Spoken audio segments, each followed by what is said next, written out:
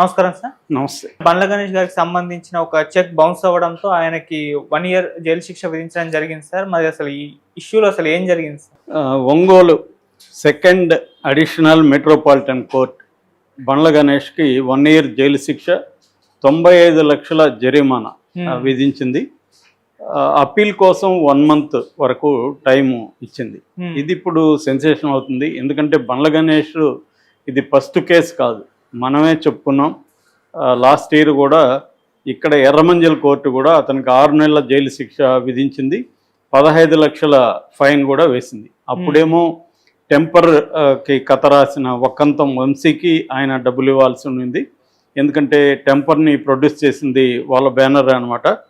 So పరమేశ్వర arts productions. So ఆ బ్యానర్కి సంబంధించి ఆయన రాశాడు కాబట్టి ఆయనకి 25 లక్షల చెక్ ఇచ్చాడు గణేష్. ఆ చెక్ తీసుకొని వెళ్ళి బ్యాంకులో వేస్తే ఇన్సఫిషియెంట్ ఫండ్స్ అని చెక్ రిటర్న్ వచ్చింది. అప్పుడు అనేక సార్లు వక్కంతం వంశీ బండ్ల గణేష్ను అడిగినప్పటికి కూడా ఆయన ఆన్సర్ ఇవ్వట్లేదు. దాంతో అతను కోర్టులో చెక్ని ప్రజెంట్ చేసి కోర్టులో కేసు ఫైల్ చేశాడు. సో దానికి సంబంధించి 6 మంత్స్ వచ్చింది. దాని తర్వాత అతను బెయిల్ తెచ్చుకొని బయట ఉన్నాడు అప్పటి నుంచి. ఆ తర్వాత సెటిల్ చేసుకున్నాడు అని చెప్తున్నారు. సో ఇప్పుడు మళ్ళీ బండ్ల గణేష్ ఇంకొకసారి వార్తలకు వచ్చాడు. సో ఇతను మనకు తెలుసు నోటుదోలకు వెరీ పాపులర్ ఆయన. సో దానివల్ల కూడా ఈ గొడవ జరిగిందని చెప్తున్నారు. యాక్చువల్గా 2019లో మధ్యరాలపాడు అనే ఒక ఊర్లో జానకిరామయ్య అనే దగ్గర ఈయన 95 లక్షల క్యాష్ అప్పు తీసుకున్నాడు. అయితే అప్పు ఇవ్వలేదు. దానికి బదులుగా ఆయన చనిపోయినారు. చనిపోయిన తర్వాత వాళ్ళ నాన్న, ఈ జానకిరామయ్య చనిపోయినాక వాళ్ళ నాన్నకు 95 లక్షల చెక్కు ఇచ్చానని చెప్తున్నారు. కానీ వాళ్ళ నాన్న బ్యాంకులో చెక్ వేసినప్పుడు ఇన్సఫిషియెంట్ ఫండ్స్ లేవని చెప్పి చెక్ రిటర్న్ వచ్చింది. ఆయన అనేక సార్లు చేసినా కూడా ఇతను బూతులు తిట్టడం, నాకు ఫోన్ చేయొద్దని చెప్పడం, ఇలాంటివి చేస్తున్నాడని చెప్తున్నారు. దాంతో ఆయన గత్యంతరం లేక తన అడ్వకేట్ ద్వారా కోర్టుకు వెళ్ళినట్టుగా చెప్తున్నారు. సో కోర్టు ఇప్పుడు 1 ఇయర్ జైలు శిక్ష, 95 లక్షల జరిమానా విధించింది. మరి గణేష్ మళ్ళీ కూడా నాకు తెలిసి అప్పీల్కి వెళ్తాడు. ఎందుకంటే 1 మంత్ అప్పీల్కి ఉంది కాబట్టి అప్పీల్కి వెళ్తాడు. అతనికి మేబీ ఇలాంటివంతా కొట్టిన పిండి కావచ్చు. ఇవన్నీ అలవాటు అయిపోయింటాయి చెక్కులు బౌన్సులు అనేది. వాళ్ళకి మనం దీన్ని పెద్ద వార్తగా మీడియా చెప్పుకుంటుంది, కానీ వాళ్ళకి ఇలాంటివి అనేకం ఉంటాయి. అందరూ కూడా కోర్టులకు వెళ్ళరు. కోర్టులకు వెళ్ళినా కూడా జరిమానా పడదు. నిన్ననే మనం జయప్రద కూడా చెప్పుకున్నాం. జయప్రదకు కూడా ఇట్లా అనేక సార్లు శిక్ష పడింది. కానీ ఆ తర్వాత ఏమైందనేది ఎవరికి తెలియదు. అంటే మేనేజ్ చేసుకుంటారు వాళ్ళు. కోర్టుల్లో కూడా వాళ్ళు మంచి అడ్వకేట్లను పెట్టుకుంటారు, తర్వాత అప్పీల్స్కి వెళ్తారు, లేదా వీళ్ళకి కొంత డబ్బులు ఇచ్చి సెటిల్ చేసుకుంటారు. ఇలాగ ఈ చెక్ బౌన్స్లు అనేవి నిజంగా జైల్లో కూర్చునేది అరుదుగా ఉంటుందన్నమాట. సో ఇప్పుడు మామూలుగా అసలు చెక్ బౌన్స్ ఏంటి, ఎందుకు అవుతుంది, దాని ప్రొసీజర్ ఏందనేది ఇంతకుముందు మనం వీడియో చేసినప్పుడు కూడా కామెంట్స్లో కొంతమంది అడిగారు.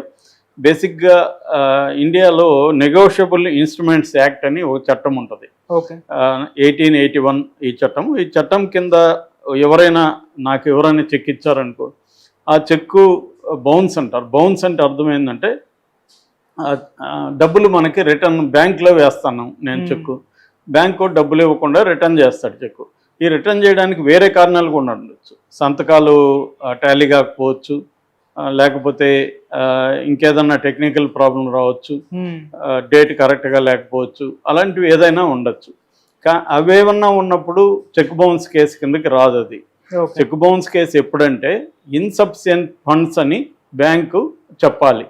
అంటే ఎవరైతే మనకి చెక్ ఇచ్చారో అతని అకౌంట్లో డబ్బులు లేవు, దీనికి ఇచ్చేంత డబ్బులు లేవు కాబట్టి రిటర్న్ చేస్తున్నాం అనేది ఇవ్వాలి. తర్వాత మనం బ్యాంక్ దగ్గర నుంచి రిటర్న్గా స్టేట్మెంట్ కూడా తీసుకోవాలి. ఇన్సఫిషియెంట్ ఫండ్స్ వల్లనే నేను రిటర్న్ చేస్తున్నామని బ్యాంక్ దగ్గర మనం స్టేట్మెంట్ తీసుకున్న తర్వాత చెక్ బౌన్స్ నోటీస్ అంటారు. చెక్ బౌన్స్ నోటీసు మనకి ఎవరైతే చెక్ ఇచ్చారో వాళ్ళకి cheque bounce notice within 30 days, అంటే బ్యాంకు మనకి చెప్పినాక 30 days లోపల మనం నోటీస్ ఇవ్వాల్సి ఉంటుంది. నోటీస్ ఇచ్చిన తర్వాత ఆ వ్యక్తికి 15 days టైం ఉంటుంది. 15 daysలో అతను రిప్లై ఇవ్వచ్చు. సో ఆ రిప్లై ఇవ్వకపోయినా, లేకపోతే ఆ రిప్లైకి మనం సాటిస్ఫై కాకపోయినా మళ్ళీ మనకి 30 days టైం ఉంటుంది కోర్టుకు పోవడానికి. సో ఈ 30 days టైంలో మనం వెళ్ళొచ్చు. ఈ లోపల అతను ఏమన్నా ఆపి లేదు మళ్ళీ బ్యాంక్లో చెక్ వేయండి, నేను నా ఫండ్స్ ట్రాన్స్ఫర్ చేస్తాను, అనుకోకుండా విత్డ్రా చేయాల్సి వచ్చింది అని అట్లాంటి కారణాలు ఏమన్నా చెప్పినప్పుడు చేయొచ్చు. లేదా ఆ చెక్ ఇచ్చేసేయండి, నేను వేరే చెక్ ఇస్తానని వేరే చెక్ తీసుకొని దీన్ని నెచ్చి దాన్ని మనం వేరే బ్యాంక్లో ఇచ్చారనుకో, వేరే బ్యాంక్ చెక్, అప్పుడు దాన్ని తీసుకెళ్ళి వేరే బ్యాంక్లో మనం హానర్ చేసుకోవచ్చు. ఇది జనరల్గా ప్రొసీజర్.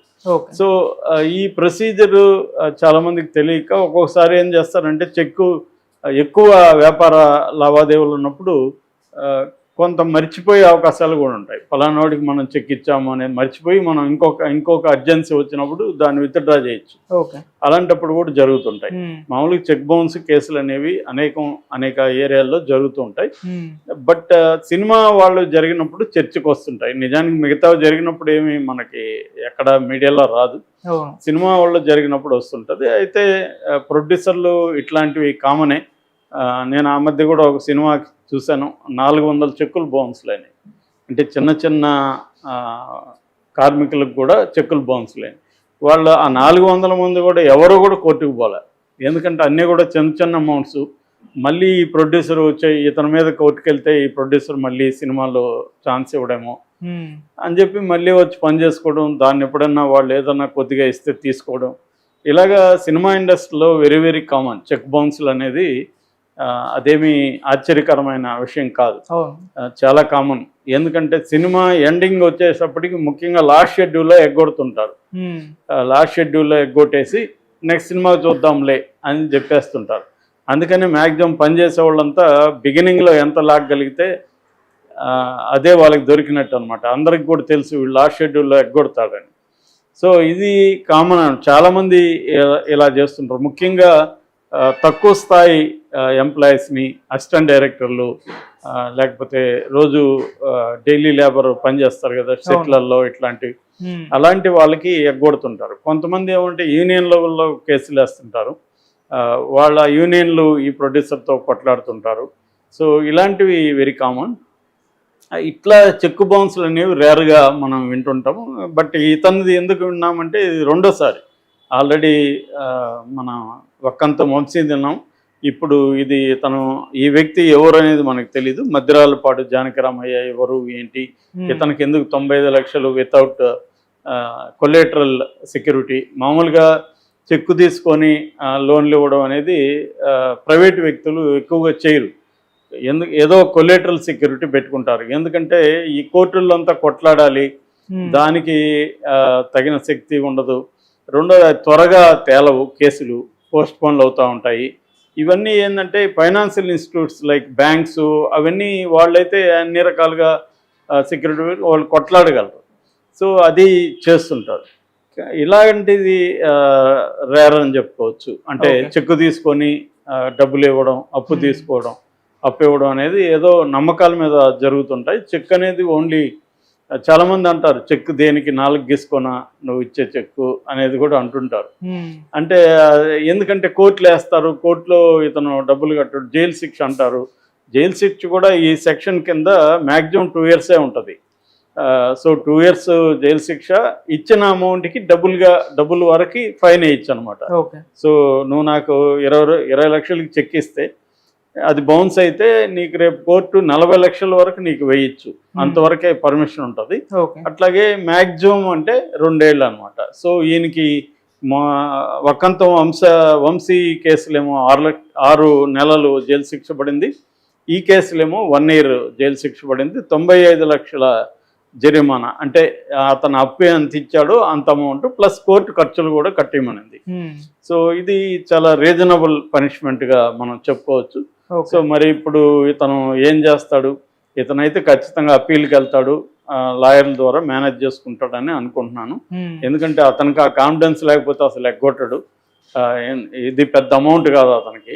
నిజానికి ఇప్పుడు ఎంపీగా కూడా అతను కంటెస్ట్ చేయబోతున్నాడు. ఇదేంటంటే అవతలోడి బలం ఎంతో చూసుకుందాం, వాడు తేల్చుకొని కోర్టులో.